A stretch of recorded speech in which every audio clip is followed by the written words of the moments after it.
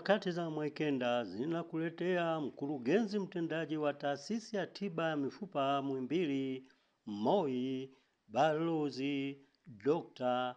Mpokole Subisya akielezea jinsi taasisi hiyo ilivyojiandaa kutoa huduma ya tiba katika michuano ya AFCON itakayofanyika mwakani katika nchi za Tanzania, Kenya na Uganda.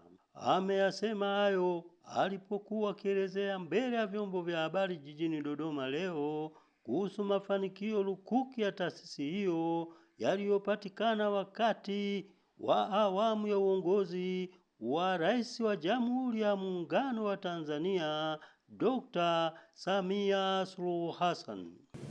Tulikuwa na kipindi nafikiri kama mwezi umepita sasa pale TBC tulipokuwa tunajaribu kueleza tumejipanga kiasi gani. Taasisi ya moyo na sisi tulikuwa tumealikwa, brother, tuko tayari. Kwanza taasisi yetu ina madaktari 6 wanaojulikana na TFF wenye utaalamu wa sports medicine. 6. Timu ya taifa iliyokuwa imekwenda Morocco ilikuwa na mtaalamu kutoka taasisi kama daktari wa timu. Kwa tunaongea tunachokifahamu. Tutakuwa Dar es Salaam, tutakuwa Zanzibar, tutakuwa Arusha. Na sasa na kuwepo kwetu pale Arusha Lutheran Medical Center itatufanyia hata afua ziwe za karibu zaidi. Lakini kama taasisi tunaendelea kuboresha miundombinu na kufanya mawasilisho mbalimbali kwa wote watakaohusika na shughuli hizo kama walivyofanya wakati wa CHAN.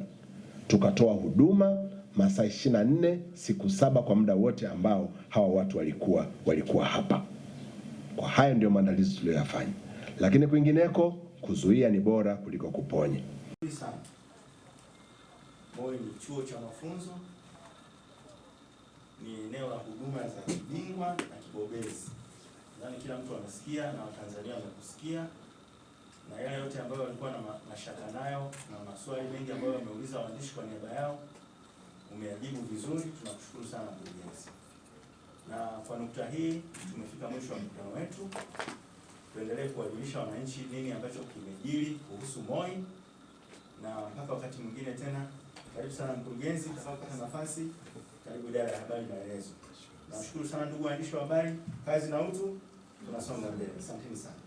Aliyekuletea tukio hili kutoka hapa katika ukumbi wa Wizara ya Habari, Utamaduni, Sanaa na Michezo ni mimi Richard Mwekenda wa Kamanda wa Matukio Online TV.